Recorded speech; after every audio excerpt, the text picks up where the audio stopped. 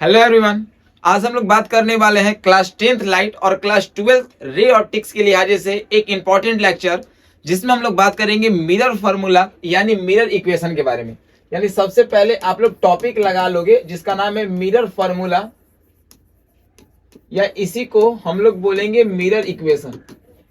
इसी को हम लोग बोलेंगे मिरर इक्वेशन के नाम से। ठीक है, अब थोड़ा सा चीजें कुछ जाननी है आपको। ठीक है, पहला एक इंपॉर्टेंट बात कि क्लास 10th के जितने भी बच्चे इस लेक्चर को देख रहे हैं वो सिर्फ और सिर्फ इसके फॉर्मूला न्यूमेरिकल के ऊपर ध्यान देंगे, जबकि जो 12th वाले बच्चे देख रहे हैं वो इसके डेरिवेशन पे विशेष ध्यान देंगे। बस दोनों में अंतर यही है और दोनों के लिए ये जो टॉपिक है वो बहुत इंपॉर्टेंट होने जा रहा है। आइए हम लोग समझते हैं। सबसे पहले अगर मिरर फार्मूला के बारे में बात करते हैं या मिरर इक्वेशन, तो फार्मूला होता है 1/f is equal to 1/v plus 1/u होता है। ठीक है, जिसमें हम लोग स्मॉल f को क्या बोलते हैं, फोकल लेंथ बोलते हैं। क्या बोलते हैं, फोकल लेंथ के नाम से जानते हैं। और v को क्या बोलते हैं, v को बोलते हैं image distance. Image distance from its pole, from its pole, यानी इमेज का जो डिस्टेंस है वो कहां से लेंगे, पोल से लेंगे। और u जो है वो आपका क्या है, तो u जो है वो आपका ऑब्जेक्ट डिस्टेंस है। यानी u जो है वो आपका ऑब्जेक्ट डिस्टेंस है, कहां से, फ्रॉम इट्स पोल से। ठीक है ना, इतना चीज था जो हमने पूरा क्लियर कट आपको लिख दिया। यानी 1/f is equal to 1/v plus 1/u, यही आपका मिरर फार्मूला और मिरर इक्वेशन है। यानी सबसे पहला क्वेश्चन कोई पूछता है कि मिरर फार्मूला क्या होता है, तो आप उसको ये बता सकते हो, उसको ये समझा सकते हो, the relationship between focal length, image distance and object distance is called mirror formula और it is also called mirror equation. Clear हो गया। आइए अब हम लोग इसको समझते हैं। इसके लिए 2-3 पॉइंट पहले आपको समझना होगा, उसको जान लो, फिर आपका डेरिवेशन बहुत इजी हो जाएगा। पहला चीज कि मिरर फार्मूला जो है वो आपका कॉनकेव के लिए भी वैलिड है और एज वेल एज कॉन्वेक्स के लिए भी वैलिड है। ठीक है, पहला बात कि ये दोनों मिरर के लिए वैलिड होगा। कौन कौन, concave mirror as well as convex mirror. Second important चीज कि अगर आपको मिरर फार्मूला निकालना है तो उसमें बेहद ध्यान देना होगा किसको, साइन कन्वेंशन को। किसको, साइन कन्वेंशन को, ये आपको ध्यान देना होगा।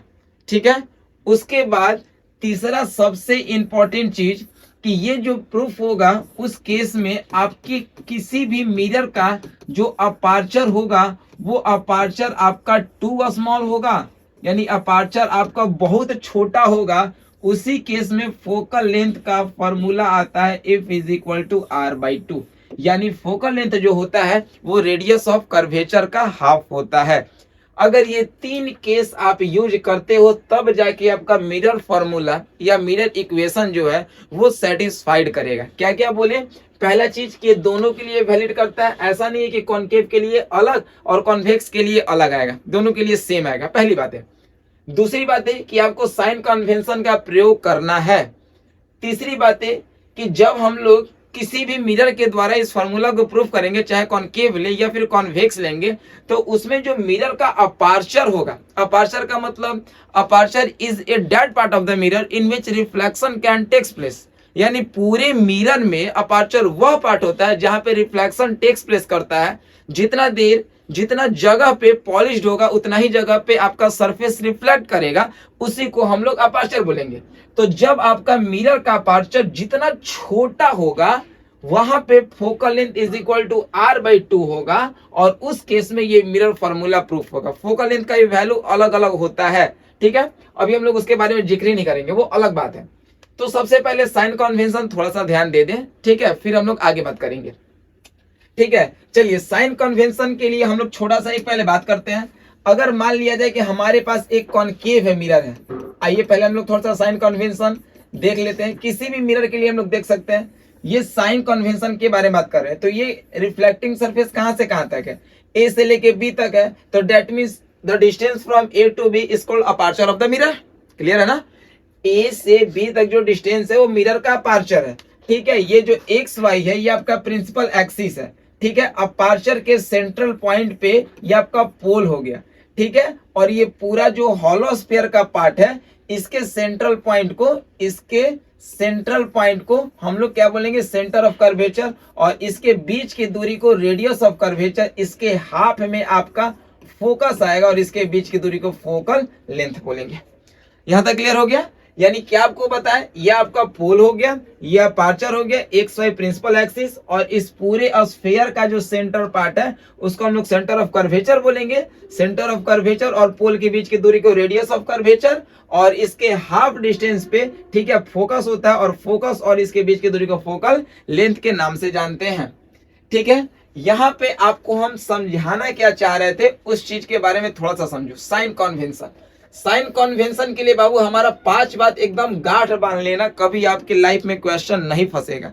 और आज के बाद एक बात समझ लेना कि अगर आप न्यूमेरिकल बनाना शुरू करते हो तो साइन कन्वेंशन का बेहद ध्यान रखना, क्योंकि अगर साइन कन्वेंशन का प्रयोग नहीं करोगे तो चाहे आप 10th के हो 12th के हो, आपका न्यूमेरिकल पूरा का पूरा गलत आएगा, जिसके चलते आपको बोर्ड में कम नंबर भी आ सकते हैं। ठीक है ना, तो इसको थोड़ा सा ध्यान देना होगा।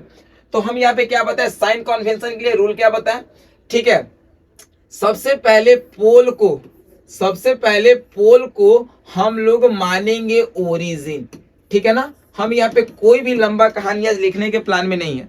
ठीक है ना, और हमारे पास कोई पीपीटी भी नहीं है, डायरेक्ट एकदम 1 to 1 हम लोग का कनेक्शन होगा और कंप्लीटली हम लोग सॉल्यूशन लेके आएंगे। सबसे पहले हम लोग क्या बोले, साइन कन्वेंशन के लिए टॉपिक पहले हम लोग डाल लेते हैं यहाँ पे। ठीक है, टॉपिक हम लोग का क्या है, साइन कन्वेंशन। ठीक है, साइन कन्वेंशन आप देख लीजिए, फिर अलग अलग आप कॉन्केव के लिए और कॉन्वेक्स के लिए लिख लेना। सिर्फ आज का जो लेक्चर है वो हमारे मिरर फार्मूला का है। क्या बोले कि सबसे पहले कोई भी mirror low, that is concave और कॉन्वेक्स। आप कोई भी अगर मिरर ले रहे हो, चाहे वो कॉन्केव ले रहे हो या फिर कॉन्वेक्स, तो जो आपका पोल होगा उस पोल को आपको क्या मानना होगा, ओरिजिन, पहली बात है। दूसरा, all the distance are measured, all the distance are measured from its pole, यानी जितने भी डिस्टेंस का आप मेजरमेंट करोगे, चाहे वो ऑब्जेक्ट डिस्टेंस u हो, चाहे वो इमेज डिस्टेंस v हो, चाहे वो फोकस f हो, चाहे वो फोकल लेंथ स्मॉल f हो, चाहे वो सेंटर ऑफ कर्वेचर c हो, चाहे वो radius of curvature capital R हो, जितने भी डिस्टेंस होंगे, चाहे हाइट ऑफ ऑब्जेक्ट h हो, हाइट ऑफ इमेज h आई, जितने भी डिस्टेंस होंगे सबका मेजरमेंट आप करोगे, कहां से करोगे, पोल से करोगे। तीसरा बात, ठीक है, जो इंसिडेंट रे के डायरेक्शन में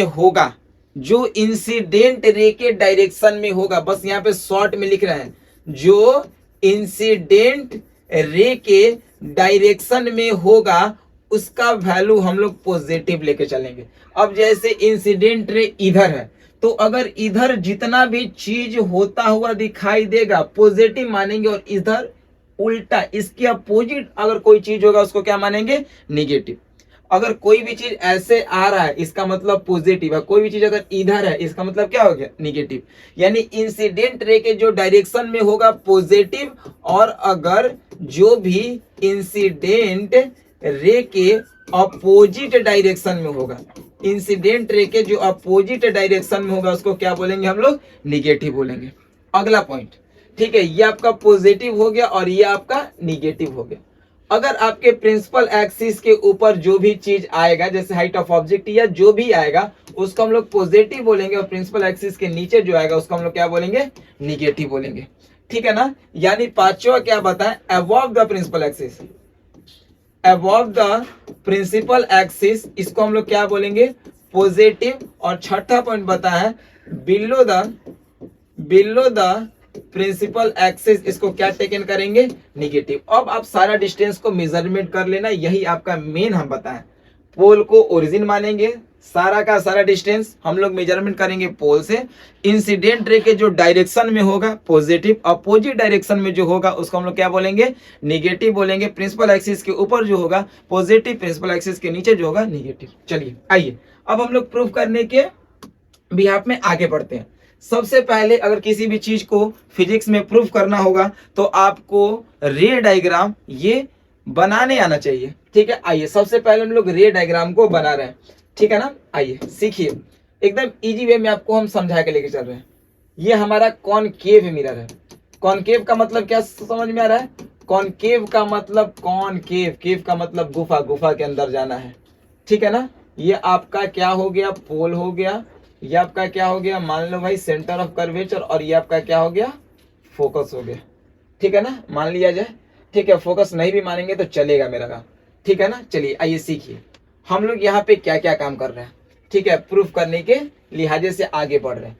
सबसे पहले हम लोग यहाँ पे क्या करेंगे कि एक ऑब्जेक्ट लेंगे। यहाँ पे हमारा ऑब्जेक्ट है, ठीक है ना, आप लोगों को दिख रहा है, यहाँ पे हमारा क्या है, ऑब्जेक्ट है। एक ऑब्जेक्ट को हम सीधा पास करवाएंगे, ठीक है, एक ऑब्जेक्ट को, ठीक है, एक ऑब्जेक्ट को हम लोग सीधा पास करवाएंगे। जब एक ऑब्जेक्ट को हम लोग सीधा पास करवाएंगे तो ये टकराने के बाद पुनः अपने ही पाथ पे लौट जाएगा। क्यों? क्योंकि ये सेंटर ऑफ कर्वेचर से पास किया है, और जो भी रे सेंटर ऑफ कर्वेचर से पास करता है that means it behave like a normal, ठीक है ना। तो यहाँ पे हम लोग बात कर लेंगे कि सेंटर ऑफ कर्वेचर जो है वो बिहेव करेगा किसके जैसा, तो ये नॉर्मल के जैसा बिहेव करेगा। यहां तक क्लियर हो गया। यानी पहला जो रे है वो सेंटर ऑफ कर्वेचर से पास किया तो टकराने के बाद ये अपने ही पाथ पे लौट आया, ठीक है। दूसरा रे को हम लोग पास करेंगे यहाँ पे। जैसे ही हम लोग दूसरा रे को यहाँ पे पास करेंगे तो ये टकराने के बाद इधर कहीं आके कट करेगा। जैसे ही इसको हम लोग पास करेंगे तो ये टकराने के बाद इधर आके कहीं ये कट करेगा, ठीक है ना। ये कहाँ कट किया ये तो हमको पता नहीं था, अब हम इसको बता रहे हैं कैसे इस लाइन के बारे में जानेंगे, इसको समझिए एकदम 1 to 1, ठीक है। अब समझिए कि जैसे ही ये रे इस पे स्ट्राइक किया तो ये इंसिडेंट रे हुआ, और जैसे ही इंसिडेंट रे जहाँ पे स्ट्राइक करता है सेंटर ऑफ कर्वेचर से जो लाइन ड्रॉ करते हैं इसको हम लोग क्या बोलते हैं, नॉर्मल बोलते हैं। अच्छा, नॉर्मल और इंसिडेंट के बीच में जो एंगल बनेगा उसको एंगल ऑफ इंसिडेंस बोलेंगे, और जितना हमारा एंगल ऑफ इंसिडेंस होगा उतना ही नॉर्मल लाइन और रिफ्लेक्टेड रे के बीच में एंगल बनेगा। यानी इसको भी हम लोग मान लेते हैं, मानना है तो क्या मान ले, इसको भी थीटा मान ले, क्योंकि आपको पता है यहाँ पे सेकेंड लॉ ऑफ रिफ्लेक्शन, आपको पता है सेकेंड लॉ ऑफ रिफ्लेक्शन। यानी सबको आज प्रूफ करने आएगा अगर आप हमारी बात को ध्यान से देख रहे हैं तो। सेकेंड लॉ ऑफ रिफ्लेक्शन आप लोग पढ़े हैं, angle i equal to angle r, ठीक है ना। तो ये आपका इंसिडेंट रे हुआ, सेंटर ऑफ कर्वेचर से अपार्चर पे डालेंगे तो ये नॉर्मल हुआ। नॉर्मल इंसिडेंट के बीच में जो एंगल बनेगा एंगल ऑफ इंसिडेंस, और नॉर्मल और रिफ्लेक्टेड के बीच में जो एंगल बनेगा angle of reflection. That means theta is equal to theta, that means angle i equal to angle r, ठीक है। यहाँ पे सभी को क्लियर हो गया। अच्छा, अब यहाँ पे ध्यान से देखो, इसका कोई काम नहीं, हम लोग हटा ले इसको ना, चलो इसका कोई काम नहीं, हम लोग इसको हटा ही लेते हैं, ठीक है। अब बताइए यहाँ पे जो मिला दैट मींस इस पोर्शन को हम लोग आई बोल दे क्या, ठीक है, इस पोर्शन को हम लोग क्या बोल दे, इस पोर्शन को हम लोग आई बोल दे। आई क्यों बोल रहे हैं, क्योंकि एक रे जा रहा है तो ये लौट रहा है, एक रे यहाँ पे आ गया, एक रे टकराने के बाद आ रहा है, यानी यहाँ पे एक रे कट गया। और आपको पता है कि जहाँ पे दो रे, ठीक है, दो रे जहाँ पे कट करता है चाहे वो अपीयर टू करे या फिर एक्चुअली करे, ठीक है, वहां पे इमेज बनता है। अगर आपका वो एक्चुअली करे तो इसको हम लोग बोलते हैं रियल और इन्वर्टेड, और अपीयर टू करे तो इसको बोलते हैं वर्चुअल और इरेक्ट बोलते हैं। क्लियर हो गया। तो यहाँ तक तो आपको कहानी में कोई दिक्कत नहीं है। अब समझिए, अब हम आपको कुछ इंपॉर्टेंट इसमें कंस्ट्रक्शन सिखा रहे हैं। क्या सिखा रहे हैं, ध्यान से समझिएगा। ये हमारा ऑब्जेक्ट है तो इसके बीच के एंगल को हम लोग मान ले अल्फा, ये इमेज है, इसके बीच के एंगल को मान ले बीटा, और ये सेंटर ऑफ कर्वेचर है, इसके बीच के एंगल को मान लेते हैं गामा। भाई कोई दिक्कत नहीं ना। यानी ऑब्जेक्ट वाला जो एंगल बन रहा है अल्फा, इमेज वाला जो एंगल बन रहा है बीटा, और सेंटर ऑफ कर्वेचर वाला जो एंगल बन रहा है उसको हम लोग क्या बोल देंगे, गामा। चलो आगे आ जाओ। आगे हम लोग यहाँ पे क्या कर रहे हैं, ठीक है, यहाँ पे हमारा ऑब्जेक्ट और यहाँ पे पोल है, तो ऑब्जेक्ट और पोल के बीच की दूरी को हम लोग ऑब्जेक्ट डिस्टेंस बोलते हैं, ठीक है। यहाँ पे हमारा इमेज और यहाँ पे हमारा पोल है तो इसके बीच के डिस्टेंस को हम लोग इमेज डिस्टेंस बोलते हैं, और यहाँ पे हमारा सेंटर ऑफ कर्वेचर और पोल है, इसके बीच की दूरी को हम लोग क्या बोलेंगे, रेडियस ऑफ कर्वेचर के नाम से जानते हैं। यहाँ तक तो कोई दिक्कत नहीं है। अब समझिए, आपको बाबू हम एक बात बताएं, अब इसको हम लोग रफ कर दे रहे हैं कि ताकि आप लोग इस चीजों को पूरा का पूरा अच्छे से समझ चुके हो। अब हम यहाँ पे क्या करने जा रहे हैं, थोड़ा सा ध्यान से देखेंगे आप लोग। हम यहाँ पे एक इंपॉर्टेंट बात करने जा रहे हैं। वो बात क्या आपके साथ करेंगे कि अपार्चर ऑफ द मिरर, क्या यहाँ पे बोल रहे हैं, aperture of the mirror is too small. Mirror is too small, यानी इस मिरर का अपार्चर जो है बहुत छोटा है। जैसे बहुत छोटा का मतलब कि आप समझो, अगर आपका ये मिरर है, ठीक है ना, अगर आपका ये मिरर है, अगर आपका ये मिरर है और यहाँ पे एकदम लाइन ड्रॉ कर दी तो देख रहे हो अपार्चर का कितना छोटा हो रहा है। और आप अगर यहाँ पे लाइन ड्रॉ कर रहे हो तो देख रहे हो अपार्चर कितना छोटा हो रहा है। तो जो छोटा अपार्चर है वो एक प्रकार का स्ट्रेट लाइन के जैसा बिहेव कर रहा है कि नहीं। जो एकदम छोटा आप अपार्चर लोगे तो ये बिहेव करेगा किसके जैसा, तो ये बिहेव करेगा स्ट्रेट लाइन के जैसा। वही बात यहाँ पे प्रूफ होने वाला है। देखिए कैसे प्रूफ होगा बातें। तो ये बात हो गया आपका। अब समझिए इस पॉइंट को हम लोग मान लेते हैं एम। क्या मान लेते हैं? एम। अब जब अपार्चर हमारा बहुत छोटा है तो बहुत छोटा का मतलब यहाँ पे हम लोग एक परपेंडिकुलर लाइन ड्रॉ किए, यहाँ पे हम लोग एक परपेंडिकुलर लाइन ड्रॉ किए और इस परपेंडिकुलर लाइन को पी डैश मान लिए। तो जब अपार्चर हमारा बहुत छोटा है तो पी डैश टेंड्स कर जाएगा किसकी ओर? पी की ओर। यानी अपार्चर बहुत छोटा है तो जो पी डैश है वो बराबर हो जाएगा किसके?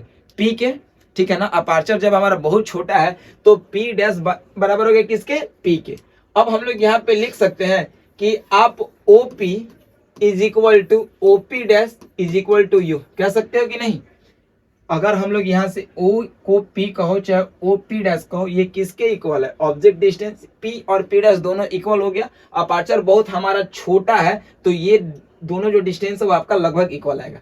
अब बताइए यहाँ पे अगर हम लोग बात कर रहे हैं CP या CP डैश तो ये आपका क्या हो जाएगा? ये R के इक्वल होगा।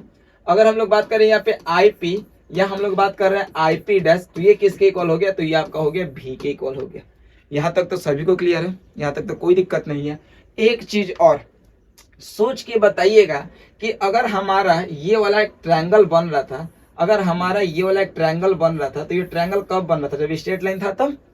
अगर हम यहाँ पे स्ट्रेट लाइन ड्रॉ नहीं करते, अपार्चर को छोटा नहीं करते तो हमारा कहानी कुछ ऐसा होता। तो यहाँ पे ट्रायंगल का फॉर्मेशन कहाँ से होता? अगर ट्रायंगल का फॉर्मेशन नहीं होता तो फिर इम्प्रूवमेंट करने में काफी दिक्कत का सामना करना पड़ता। तो यही चीजें हैं जो आपको सीखना है और फिर आपको किसी को अच्छे से एक्सप्लेन करना होता है। ठीक है ना। आइए अब समझिए, अब यहाँ पे हम आपको क्या बताने का प्रयास कर रहे हैं कि अब हमारे पास एक ट्रायंगल का फॉर्मेशन हो गया। ट्रायंगल हमारा क्या बना? तो हमारा ट्रायंगल बना OMP। ठीक है ना। हमारा ट्रायंगल क्या बना? OMP, यानी इन ए ट्रायंगल OMP। ठीक है। अब हमारा ट्रायंगल बन गया OMP, P नहीं P डैश बोलते हैं, OMP डैश ट्रायंगल बन गया। अब यहाँ पे हम लोग एक एक करके वैल्यू निकालेंगे। tan अल्फा का निकालेंगे, tan बीटा का निकालेंगे और tan गामा का निकालेंगे। आइए, tan अल्फा इक्वल टू क्या होगा? Perpendicular by base. tan beta equal to भी क्या होगा? Perpendicular by base. और tan गामा इक्वल टू भी क्या होगा? Perpendicular by base. आइए अब सबको देखिए, tan अल्फा अगर इस ट्रायंगल का बात कर रहे हैं तो tan अल्फा का परपेंडिकुलर क्या है? ये परपेंडिकुलर, तो इसको मान लो H। तो tan अल्फा का बात करोगे तो परपेंडिकुलर आपका हो गया H और बेस क्या है? U। तो ये आपका हो गया H बाई U। ये आपका क्या हो गया? H by U। कोई दिक्कत? ये आपका H बाई U हो गया। और यहाँ पे बाबू एक लाइन लिख लेना कि यहाँ पे साइन कन्वेंशन का प्रयोग करेंगे। यहाँ पे साइन कन्वेंशन का प्रयोग करेंगे तो यहाँ पे H बाई माइनस U होगा क्योंकि ऑब्जेक्ट डिस्टेंस इसके अपोजिट साइड में है। आइए अगला हम लोग बात करते हैं tan बीटा का।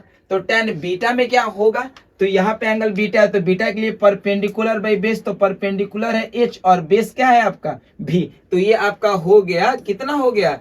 H बाई माइनस V हो गया। क्लियर हो गया ये भी। अब हम लोग बात कर रहे हैं tan गामा का। तो गामा आपका क्या है? तो ये जो गामा वाला वैल्यू है परपेंडिकुलर बाई बेस, तो यहाँ पे H बाई R, यानी ये भी आपका हो गया H बाई माइनस का R।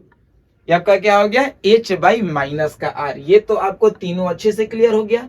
देन आगे बढ़ जाइए जल्दी से। अब जैसे ही आप आगे यहाँ पे बढ़ते हैं तो यहाँ पे एक और इम्पोर्टेंट बात आपको सीखना होगा। अभी जो आपका tan अल्फा, अभी जो आपका tan alpha, tan beta and tan gamma जो था वो आपका सीधे अल्फा बीटा गामा हो जाएगा। क्यों? क्योंकि हमारा अपार्चर जो है वो बहुत छोटा है। Aperture is too small. तो जब हमारा अपार्चर बहुत छोटा होता है तो जो ट्रिगोमेट्रिक फॉर्म में आता है वो ट्रिगोमेट्रिक साइन खत्म हो जाता है, हट जाता है। कब? जब एंगल बहुत छोटा होता है तब। यहां तक क्लियर हो गया। अब हमको जब प्रूफ करना है तो अब हम लोग यहाँ पे ट्रायंगल को कॉमन करके बनाएंगे, ठीक है। ट्रायंगल का प्रॉपर्टीज लगा के बनाएंगे। देखिए एक यहाँ पे हम लोग ट्रायंगल ले लें क्या, एक ट्रायंगल यहाँ पे हम लोग ले लेते हैं OMC, ठीक है। एक ट्रायंगल हम लोग लेते हैं, यहाँ पे देखिए ध्यान से, इन ए ट्रायंगल OMC, ठीक है। जब OMC आप ट्रायंगल लोगे तो यहाँ पे देखो क्या बन रहा है, OMC ट्रायंगल ले रहे हो तो यहाँ पे आपका एंगल अल्फा है, यहाँ पे एंगल आपका थीटा है, ठीक है। देखो OMC में अल्फा थीटा और बाहर में है गामा, यानी इसके बाहर में है आपका एंगल गामा। और आप ट्रायंगल का एक प्रॉपर्टीज पढ़े हो, क्या पढ़े हो, sum of exterior angle is equal to sum of all interior angle, यानी एक्सटीरियर एंगल का जो सम होता है वो पूरे इंटीरियर एंगल के सम के बराबर होता है। तो यहाँ पर हम लोग कह सकते हैं alpha plus theta is equal to gamma, equation number 1 बना के छोड़ दीजिए।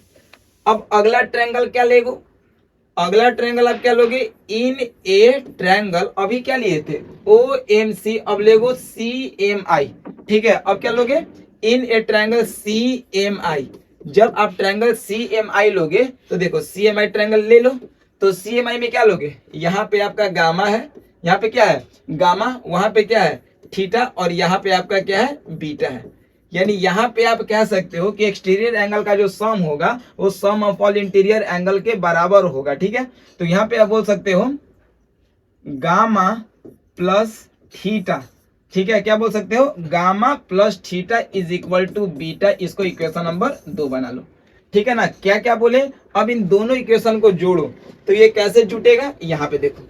अब हम लोग यहाँ पे बात करेंगे फ्रॉम इक्वेशन, देखा ना कितना इजी प्रूफ होगा, from equation 1 and 2 we get. अब दोनों इक्वेशन को जोड़ो, पहला इक्वेशन आपका क्या आया है, alpha plus beta is equal to gamma, ठीक है। Alpha plus beta is equal to gamma, ठीक है। सेकंड इक्वेशन क्या आया है, gamma plus beta, gamma plus theta is equal to beta ना।